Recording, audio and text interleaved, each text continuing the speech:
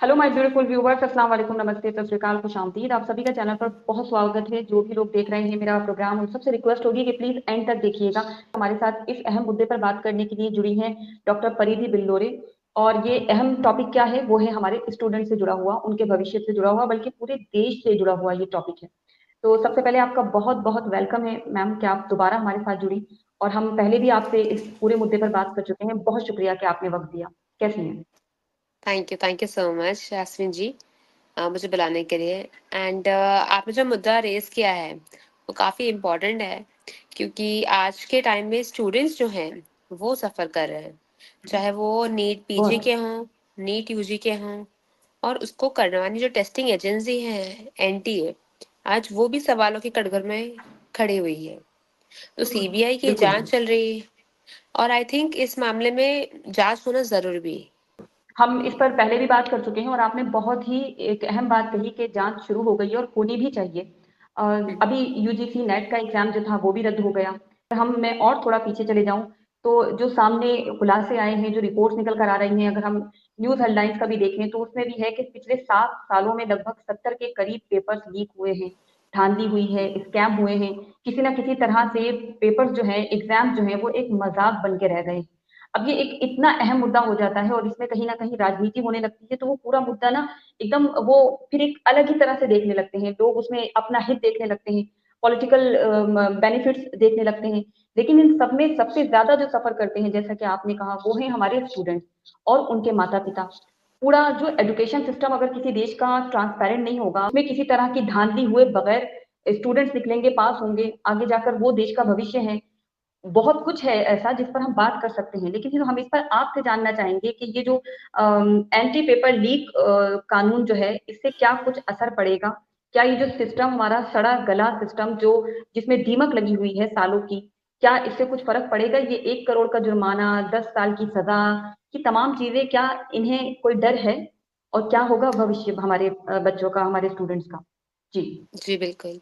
देखिए, ये जो हमारा पेपर लीक हुआ था नीट का, उसमें सबसे बड़ी बात हम्म। ये थी कि कई सारे टेस्ट सेंटर्स में से पता गया गया था कि उसमें काफी जगह पर पेपर्स 10-10 लाख रुपए में लीक हुए हैं। इसका मतलब ये हाँ। है कि अगर आपने स्टार्टिंग में 1 लाख रुपए पेरेंट्स ने दिए हैं, तो उसके बाद में उनको जब पेपर क्लियर हो जाएगा बच्चे का, तो उसके बाद में उन्हें 9 लाख रुपीज पे करने हैं। तो इसका मतलब ये है कि ये जो हमारा पूरा सिस्टम है, ये जो एनटीए कंट्रोल कर रहा है, वो टॉप लेवल पे नहीं, वो जो ग्राउंड लेवल पर जहां पर धांधली हो रही है, वहां पे कंट्रोल करना बहुत जरूरी है। और हम्म। उसके लिए जो भी स्ट्रिक्ट कानून लेके आ सकते हैं, वो बिल्कुल इसकी बहुत जरूरत है। लेकिन फिर भी मैं एक बात बोलूंगी कि जिस तरीके से हमने एआईपीएमटी को स्क्रैप किया, और क्यों स्क्रैप किया, क्योंकि हमारे बाकी जो मेडिकल कॉलेजेस थे, जैसे कि सीएमसी वेलोर, या फिर All India Institute of Medical Science है, या फिर Armed Force Medical College Pune, इन सबके अलग अलग एग्जाम्स होते थे, सबकी अलग अलग फीस होती थी। तो बच्चों को वो उस चीज स्ट्रेस को हैंडल ना करना पड़े, इसके लिए क्या हुआ कि एक कॉमन एग्जाम लाए, जिसको हमने बोला नीट। अब लेकिन उसके हम्म। भी हम लोगों ने अलग अलग लैंग्वेजेस में ट्रांसलेशन शुरू कर दिए हैं। और इस वजह से क्या हो रहा है कि कई बार पेपर के लीक होने के चांसेस बहुत बढ़ जाते हैं। तो अच्छा। इसमें जो अगर एनटीए एक स्क्रूटनाइजिंग अथॉरिटी की तरह काम कर रही है, तो उसमें में देखना है कि कई बार जुर्माना तो ठीक है, लेकिन ये जो मिडिल मैन होते हैं, इनको हटाने के लिए हम्म। जो स्ट्रैटेजी अपनानी है वो बहुत जरूरी है। हम्म। एग्जैक्टली, और ये जो कई बार हम मिडिल मैन देखेंगे है कि कोचिंग सेंटर्स ने क्लेम भी किया है कि अगर आपके बच्चे हमारे कोचिंग में पढ़ेंगे तो पास ही हो जाएंगे। तो इनकी स्ट्रैटेजी हाँ। इस तरीके से होती थी कि एक बच्चे को, जैसे मान लीजिए, एक मैंने एक इंस्टेंस पढ़ा कि एक न्यूज में बताया गया था कि उसमें एक बच्चे के 8 लाख में रैंक आ रही थी। तो कुछ टाइम बाद हम्म। क्या हुआ कि उसके जो सेकेंड राउंड, मतलब या सेकेंड टाइम का एग्जाम उसने दिया, तो उसकी 1000 में रैंक आने लगी, विच इज नियरली 2000 ऐसे। तो उसमें कॉलेजेस में जाते हैं। तो जब उसके सेंटर को देखा, तो पता पड़ा कि वो कोई एकदम निचले कोई गांव के, जहां पर बिल्कुल अच्छे से इन्वेस्टिगेशन नहीं होती है, या जहां पर लोग आके सीसीटीवी कैमरास इंस्टॉल नहीं कर पा रहे हैं, या अच्छे से चेकिंग नहीं हो पा रही है। तो ऐसी जगह पर बहुत ही कॉमनली ये पाया गया है कि जो बच्चे हैं वो काफी इजीली चीटिंग कर पा रहे हैं, और उनके सुपरिटेंडेंट उनको ये बोलते हैं कि आपको जो आंसर आता है आप उतना ही भरो और शीट्स को खाली छोड़ दो। फिर जब शीट्स को जमा करना होता है तो उसके आधे घंटे का टाइम बचता है। तो जो सुपरिटेंडेंट है हम्म। खुद, जिसने फीस ली होती है उनको पास कराने के लिए, वो खुद बैठ के उस में फिलिंग कर देगा। ठीक है, तो आप समझ रहे हैं धांधली का लेवल कितना कितना ज्यादा है। बहुत कुछ आ रहा है न्यूज में, तो एक के बाद एक हर दिन नए नए खुलासे हो रहे हैं, नए नए इनके तरीके सामने आ रहे हैं। और अभी तो किसी एमएलए साहब का कोई वीडियो लीक हुआ है, उनका जो स्टिंग ऑपरेशन सामने आया है, जिसमें वो खुद कबूल कर रहे हैं कि कैसे कैसे चीटिंग कौन कौन करवाता है। उन्होंने काफी नाम भी लिए हैं। तो ये तो अपने आप में हैरान करने वाला है कि ये कितनी जड़ें कितनी गहरी हैं। तो इनके ऊपर ये 1 करोड़ का जुर्माना, ये इससे कोई फर्क पड़ेगा? या कुछ ऐसा कानून होना चाहिए। मुझे लगता है कि अगर जैसे निर्भया केस हुआ था, उससे पहले भी क्या बलात्कार नहीं हो रहे थे? हो रहे थे। और इस उसके बाद जो सख्ती बढ़ती गई, जो कानून में सख्ती बढ़ती गई, जो हेल्पलाइन दी गई, जो महिलाओं के लिए महिलाओं की सुरक्षा के लिए कदम उठाए गए, वो नाकाफी, अभी तक नाकाफी साबित हो रहे हैं। क्योंकि आज भी बलात्कार हो रहे हैं, आज भी रेप हो रहे हैं। वही अगर मैं एजुकेशन सिस्टम में देखूं, ये एंटी पेपर लीक कानून आ जाता है, जुर्माना लग जाता है करोड़ों का। लेकिन ये जो माफिया बैठे हुए हैं, ये गुंडे माफिया, और इनकी पहुंच, इनकी पकड़ ऐसी है कि ये तो राजनीति में पैर पसारे हुए हैं। तो आपको लगता है कि ट्रू। इससे कुछ फर्क पड़ेगा? और वो स्टूडेंट जो इस तरह की नकल के लिए भी तमाम लाखों स्टूडेंट्स का भविष्य खराब कर देते हैं, वो चंद स्टूडेंट्स और उनके पेरेंट्स, जो पैसा दिया जाता है, भाई जिसके पास है उन्होंने पैसा दे दिया। लेकिन उन स्टूडेंट्स का क्या, कि जो मेहनत से ईमानदारी से आगे बढ़ना चाहते हैं, फिर तो वो जहनियत ये हो जाती है ना कि मैं डॉक्टर बन के मैं भी भ्रष्टाचारी करूंगा, मैं भी इतना इतना ही बिल्कुल। अमाउंट को करूंगा। फिर वो कहते हैं कि वो सिस्टम ही खराबी है ना, मैं कैसे सिस्टम को बदलूंगा, सिस्टम ने मुझे बदल दिया। आपको लगता है कि इस तरह के कोई कानून आकर, या एनटीए पर ये जो अब इतना हो रहा है, हालांकि हम तो देख रहे थे कि इसको नकारा जा रहा था कि कहीं कोई धांधली नहीं है, कहीं कोई पेपर लीक नहीं है, लेकिन अब खुलासे हो रहे हैं एक के बाद एक, वीडियो सामने आ रही हैं, नई नई न्यूज हर दिन है। तो कुछ बिल्कुल। होने वाला है, या सिर्फ ये ऐसे ही चलता रहेगा बाद दस्तूर? नहीं, देखिए उसमें ऐसा है कि जो एनटी है वो सवालों के घेरे में है। ठीक है, पहले हम डिनायल मोड में जी हाँ। रहे थे। अब अगर हमने उस पर विश्वास हम्म। रख के भी मान लिया कि जितनी एग्जाम्स आज के पहले हुई हैं वो बिल्कुल परफेक्ट तरीके से हुई हैं, हम ये मान रहे हैं। हमें पता ही नहीं है कितने बच्चे हम्म। ऐसे जिन्होंने ऑलरेडी क्लियर किया है इसी स्कैम के तरीके से। ठीक है, तो सबसे हाँ। पहली बात तो ये है। दूसरी बात यह है कि अब जो आपके नीट यूजी के एग्जाम्स थे, जो आपको उस समय ही समझ में आ गया था कि जो आपके सारे एग्जाम्स हैं उसके पेपर्स लीक हुए जा रहे हैं, तो फिर भी नीट पीजे का एग्जाम अनाउंस करने का क्या रीजन था? ठीक है, अब नीट पीजी का जो हम्म। बच्चा है वो डॉक्टर है। आप डॉक्टर लेवल के एक स्टूडेंट से एक्सपेक्ट कर रहे हैं कि उसका एग्जाम आप 15 घंटे पहले कैंसिल कर दें।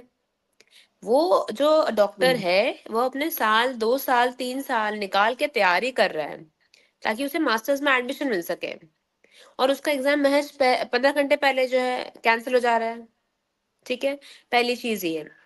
दूसरी चीज ये है कि अभी हमने रूल्स एंड रेगुलेशंस की बात की कि हमने 1 करोड़ का जुर्माना लगा दिया, 10 करोड़ का जुर्माना लगा दिया है। लेकिन मैं आपको एक बात बताती हूँ कि जो हमारे यहाँ पे कैपिटेशन फी है, डोनेशन फी है, जिससे सीट खरीदी जाती है, तो वो तो है ही मार्केट में। आप मैनेजमेंट कोटा देख लीजिए, हम्म। आप उसके अंदर में परसेंटेज देख लीजिए। 55% वाला भी कोई होगा जिसको भी सीट मिली होगी। ठीक है, तो वो तो कोई बात ही नहीं है। मतलब हमारे पास तरीके बहुत सारे हैं। तो तरीकों से हम्म। ये रिप्रेजेंट होता है कि हमारा देश की सोच क्या है। आजकल को कोई हाँ। डॉक्टर गलत ऑपरेशन कर देगा, आप उसको बोलेंगे कि इसका तो नॉलेज सही नहीं है, तो उसे किसी ना किसी ने घूस दे के ही पास करवाया है। ठीक है, तभी वो डॉक्टर आपका ऑपरेशन करने के लिए आया है। कहीं ना कहीं हमने ही रूट ग्रास लेवल में कहीं ना कहीं कुछ स्कैम किया होगा। तो ये इंडियन बिल्कुल। पेरेंट्स को समझना है कि आप अपने बच्चों को घूस देके डॉक्टर बना भी दोगे तो वो डॉक्टर नहीं बन पाएंगे, वो सिर्फ स्टेटस खरीद पाएंगे। और हम कितने भी रूल्स एंड रेगुलेशंस लगा लें, कोई ना कोई ऐसा होगा जो उसमें से बाहर निकलने का कोई तरीका ढूंढ लेगा। ठीक है, तो हम्म। ये हमें समझना बिल्कुल। है कि अगर हमें कोई चेंज लेके आना है सोसाइटी के अंदर, हम्म। बच्चों के अंदर, तो उन्हें समझाना जरूरी है कि आप कुछ भी काम करें उसमें आपका पर्सनल एथिक्स जुड़ा हुआ होना चाहिए। आप चीटिंग करके बिल्कुल। पास हो रहे हैं, आप खुद को धोखा दे रहे हैं। और अगर एनटीए या ऐसी कोई एजेंसी, मान लीजिए कोई दूसरी एजेंसी आ जाएगी, और जितनी एजेंसी जी। आ रही है, मैं तो नोटिस कर रही हूँ कि बच्चे, एसएससी है एग्जाम, उसके अंदर में धांधली हुई है बच्चों का। हाँ। इनफैक्ट जो एचएससी का पेपर होता है वो भी लीक हुआ है। हम्म, टेट एग्जाम टीचर्स का है, वो नीट हुआ है, वो लीक हुआ है। नेट, ये जेआरएफ का एग्जाम होता है, वो भी लीक हुआ है। मतलब आप सोचिए कि ऐसा कोई पेपर रह ही नहीं गया है जो लीक ना हुआ। तो स्कैम करने वाले तो हर जगह करेंगे। मैं पेरेंट्स को और बच्चों को ये रिक्वेस्ट करूंगी कि आप गलत तरीकों से अपने बच्चे का एडमिशन ना करवाएं, क्योंकि आज नहीं तो कल वो पकड़े जाएंगे। और जब पकड़े जाएंगे तो ना सिर्फ आपके पैसे और टाइम डूबेगा, बल्कि आपकी इज्जत भी जाएगी। ठीक है, तो व्यापम के स्कैम में जो हुआ था, उसमें जितने भी डॉक्टर्स बन के निकल गए थे, पास आउट होके निकल गए थे, उसमें क्या हुआ था कि जो एक बच्चा था, उसके नाम का एडमिट कार्ड बनता था, लेकिन कोई और जाके उसमें एग्जाम देके आता। ठीक है, तो ये सबको पता था, हो गया बाद में व्यापम बाहर आया है। तो अब उसके बाद में क्या हुआ कि उनके रेपुटेशन, जितने डॉक्टर्स बन चुके हैं, उनका लाइसेंस कैंसिल हो गया। तो कभी ना कभी जब कोई स्कैम कर रहा है, तो उसको बाहर लाने वाला भी कोई ना कोई होता है। एंड आई एम टेलिंग सारे के सारे व्यूअर्स को, कोई भी गलत तरीके से अगर आपको एग्जाम को क्लियर क्लियर भी करते थे, तो भी आपको उसमें सक्सेस का कोई टेस्ट नहीं मिलेगा। आप उसमें कभी सक्सीड नहीं कर पाएंगे अगर आपने उसमें मेहनत नहीं की हो। ठीक है, तो ये एक चीज हमें समझिए, बहुत जरूरी है। और जो ये स्ट्रेस हमने दिया है ना बच्चे को, बचपन से हम बोलते हैं डॉक्टर या इंजीनियर, बस इसके अलावा कुछ नहीं बनना है। ठीक है, तो वो स्ट्रेस आ गया है बच्चों के ऊपर। इस स्ट्रेस को खत्म करना बहुत जरूरी है। एग्जैक्टली। तो यहाँ एक बात कही जाती है ना डॉक्टर परिधि, मैंने अपने बुजुर्गों से सुना है कि जब मिले यूं तो करे क्यों। जब सजा सजाया इस तरह से करप्शन थाल में सजा हुआ मिल रहा है, तो वो चाहे वो चंद स्टूडेंट्स हों, उनके पेरेंट्स हों, उनको तो मिल रहा है क्योंकि सिस्टम में खराबी है। उनको मालूम है कि यहाँ पर कुछ लोग बैठे हैं और हम उन्हें कुछ ऑफर हम्म। करेंगे और उसके बाद जो है हमारा बच्चा डॉक्टर बन जाएगा। अब मैं एक साहब हैं, उन्होंने बड़ी अच्छी बात मुझसे कही। मेरा प्रोग्राम देखा और मैंने कम्युनिटी पोस्ट देखा और फिर उन्होंने कहा कि यास्मीन, मैंने अभी साजिद सर के साथ एक प्रोग्राम किया, तो उसमें मैंने उनसे एक सवाल किया साजिद सर से कि कश्मीर में तो दुनिया का सबसे ऊंचा रेलवे ब्रिज बन गया चिनाब नदी पे, लेकिन कश्मीर का इंफ्रास्ट्रक्चर को अगर मैं बिहार से कंपेयर करूं, एक आम भारतीय नागरिक होने के नाते मेरे सवाल आता है जहन में, तो बिहार में एक ही हफ्ते के अंदर, एक दो हफ्ते के अंदर 3 ब्रिज वहां पे कोलैप्स हो गए, ध्वस्त हो गए, और जो कि अंडर कंस्ट्रक्शन थे। और वो तो अच्छा हुआ कि जान माल की हानि नहीं हुई, लोग नहीं थे। तो ये एक ही देश की दो तस्वीरें हमारे सामने आती हैं।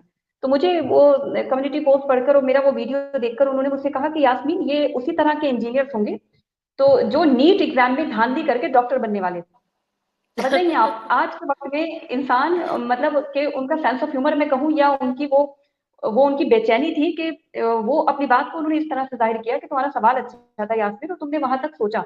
तो ये उसी तरह के इंजीनियर्स बने होंगे, पैसा देकर या घूस देकर, और इनको पास कराने वाले वही माफिया गुंडा गैंग बैठा होगा उनको इंजीनियर बनाने करेक्ट। वाला। जैसे आज नीट में, अगर नीट का ये खुलासा ना होता, ये स्कैम ना खुलता, तो वो डॉक्टर्स बनते। तो ये चीज जब हम्म। हम देखते हैं सिस्टम की। अच्छा डॉक्टर परिधि, एक आंकड़े भी मैं देख रही थी, अब तो अलग अलग ये बड़ा मुद्दा गरमाया हुआ है, अलग अलग चैनल्स पे आंकड़े आ रहे हैं।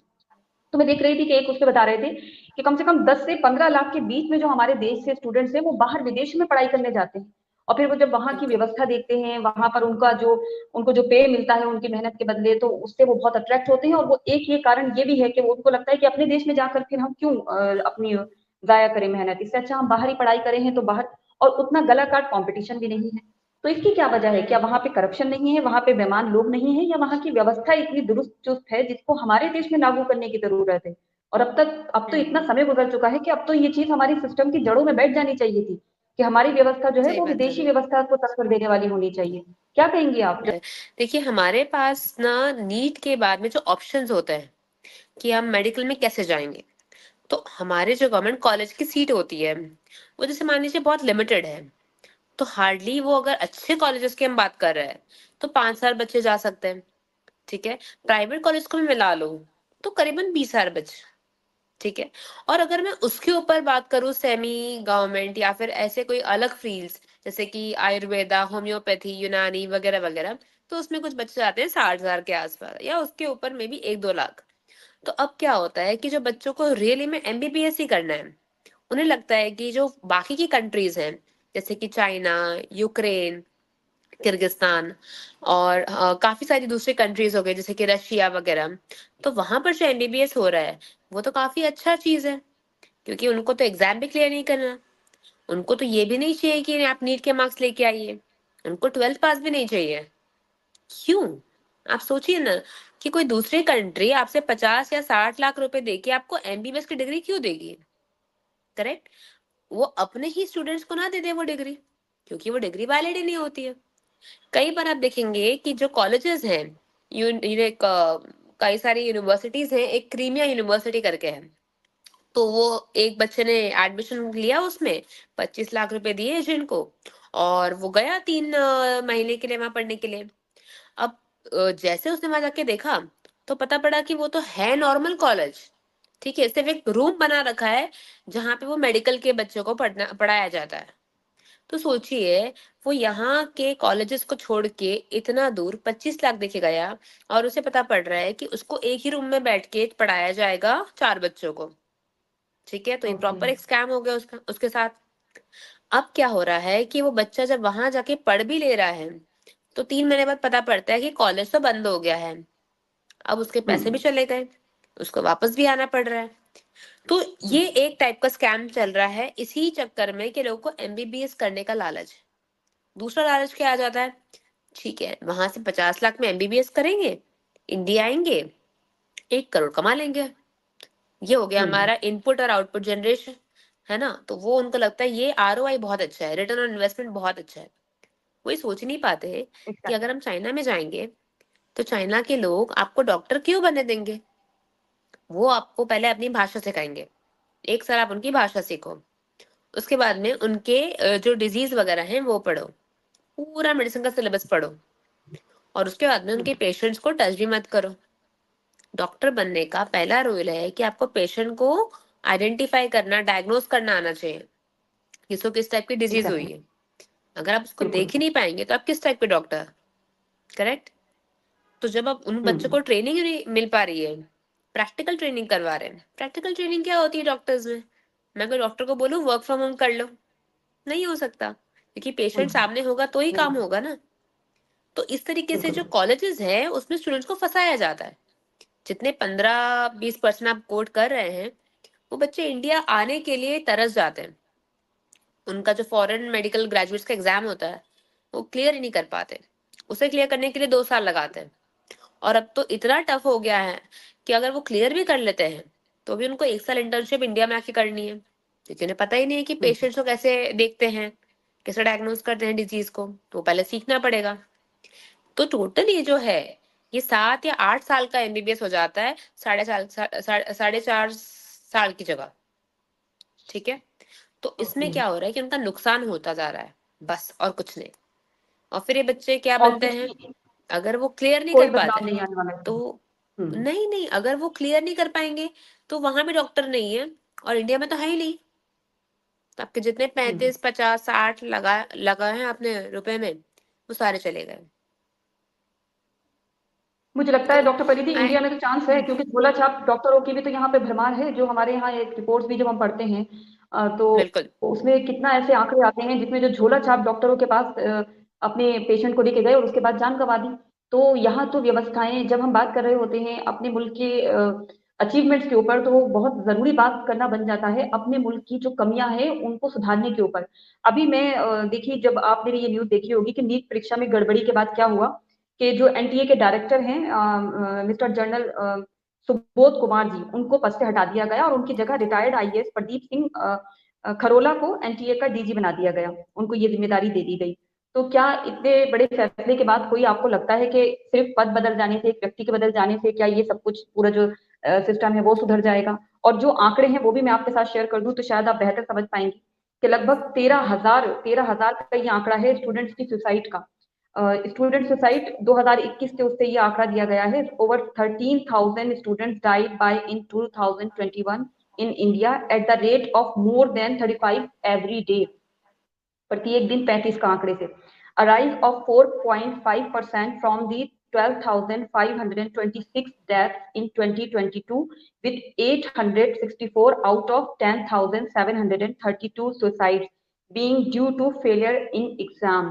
फेलर और उसके और भी कई सारे कारण हो सकते हैं, एकेडमिक प्रेशर है, सोसाइटी का प्रेशर है, मेंटल हेल्थ इश्यूज हो सकते हैं, बहुत सारी चीजें। एट द एंड हम देख रहे हैं कि जो स्टूडेंट्स हैं सबसे ज्यादा सफर वो कर रहे हैं। क्या लगता है ये जैसे बदलाव के लिए? मुझे ऐसा लगता है जैसे सोशल मीडिया पर एक मुहिम छेड़ी गई थी, ऑल आइज ऑन रफा, और उसमें बड़े बड़े सेलिब्रिटीज, इंटरनेशनल सेलिब्रिटीज जो थे उसमें उन्होंने हिस्सा लिया, और एक रात में लाखों लाखों ट्वीट्स और रीट्वीट्स हुए। तो ऐसा ही कोई यस। सोशल मीडिया ट्रेंड, क्योंकि आजकल सोशल मीडिया तो दुनिया में मतलब इतना एक तरह का हथियार बन चुका है ये, तो इसको आप अच्छे और बुरे दोनों तरह से इस्तेमाल कर सकते हैं। तो all eyes on students, all eyes on NTA, all eyes on NEET exam, ये इस तरह के ट्रेंड क्यों उसमें सेलिब्रिटीज हिस्सा नहीं लेते हैं? कहाँ चले जाते हैं ये बॉलीवुड के सारे एक्ट्रेस एक्ट्रेसेस जो इस पर खामोश हो जाते हैं? कोई इस पे बात ही नहीं करना चाहता। आप और हम बात कर लें, अदरवाइज एकदम खामोशी सन्नाटा होता है, उनको इस बात से कोई फर्क ही बिल्कुल। नहीं पड़ता जैसे। जी।